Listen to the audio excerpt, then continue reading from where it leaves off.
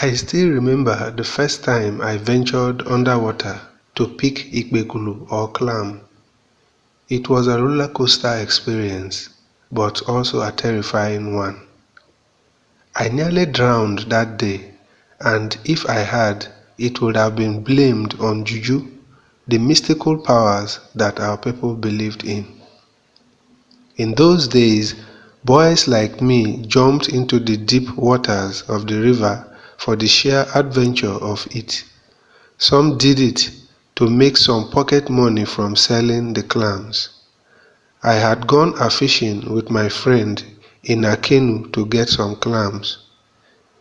At the middle of the river, he waited behind in the dugout canoe while I went down into the slow-flowing water.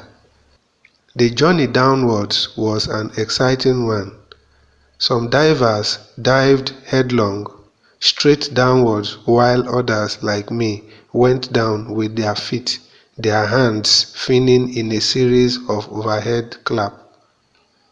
The farther one went from the surface of the river, the speedier one went down. But in my first attempt, I nearly didn't make it back alive. As I slipped downwards to the unknown depths of the river, I felt I had gone near the bottom. So my mind liaised with my legs to make a fine landing. But just then, I was sucked into another realm of downward pull. A sudden fear came into me and I became horrified. The journey seemed never to end, and I needed some air. I had to spread out my arms, which were my fins, to reduce my fast speed downwards. Instantly, I thought of swimming back upwards, but I was already suffocating. More than that, I was afraid.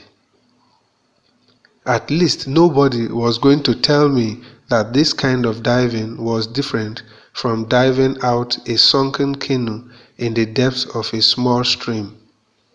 So, with my last strength, or something equivalent to that, I bounded back to the surface of the river. When I thought I couldn't make it to the top anymore, my right hand rubbed over the slippery underneath of the canoe. I stroked once or twice more and held on to an edge of the canoe. Sharp pains sparked off in my head as my brain ached inside.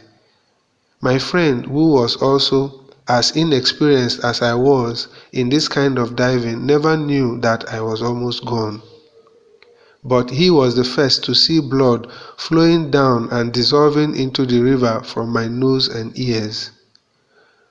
On my second adventure, after about 2 weeks of giving up, I made up my mind to try again out of too much curiosity. I made it to the bottom. Even then, I was almost spreading my fins again. Then my legs felt the touch of their destination, and I was standing on clams. I could have at once bent down to feel my swimmer's pant from my groin to my buttocks with the shells, though that in itself was risky. Some clams, which may be open when you found them, may begin to close up their shells in defense, and if your thing dangles into the same position, you may have yourself to blame in that lonely water. So, as I said, I could have begun picking, but I was dying for air again. I only picked one and sprang back. After that round, I mastered the art so much so that I could last long enough to fill my pants with them before swimming back to the top. In those days, there were beliefs in strange water beings shared by divers, and actually, strange things happened. Some divers got pains on their body.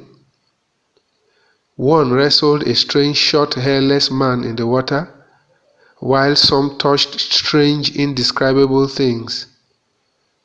There were also real phenomena of swimming into the electric-charged dwelling of an electric fish, or unknowingly swimming into a cave-like deposition of earth with difficulty in finding one's way out, or finding oneself in the thorny web of a dead leafless tree underwater.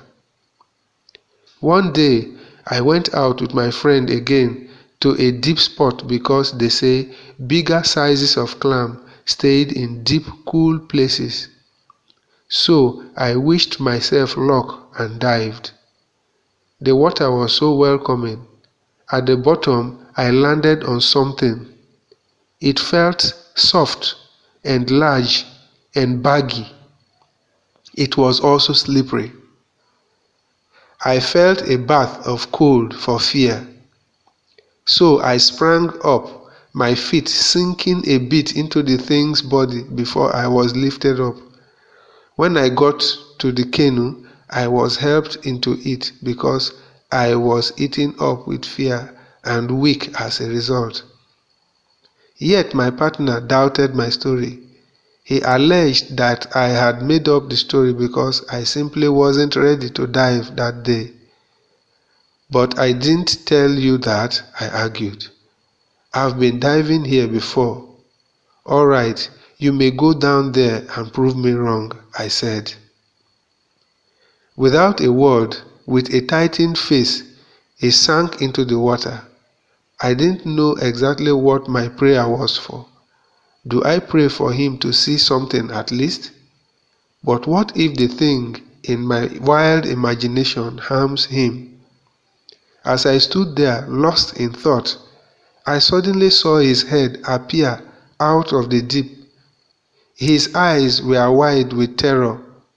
"Pick the anchor," he screamed at me, his voice croaky from the effort.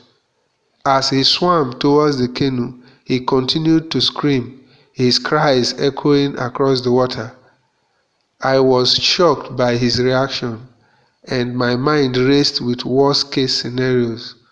What could have happened down there? Had he seen something monstrous hiding in the depths? Or had he experienced something even more evil?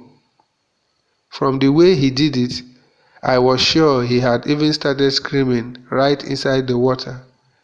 His fear was deep, and I could feel it radiating towards me like a cold, dark mist. For people like this, we have a way of saying, "You deserve it," or "La."